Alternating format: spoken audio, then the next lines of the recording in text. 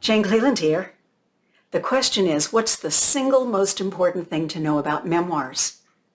And the answer is that a memoir is a themed slice of life. An autobiography is a chronological telling of a life.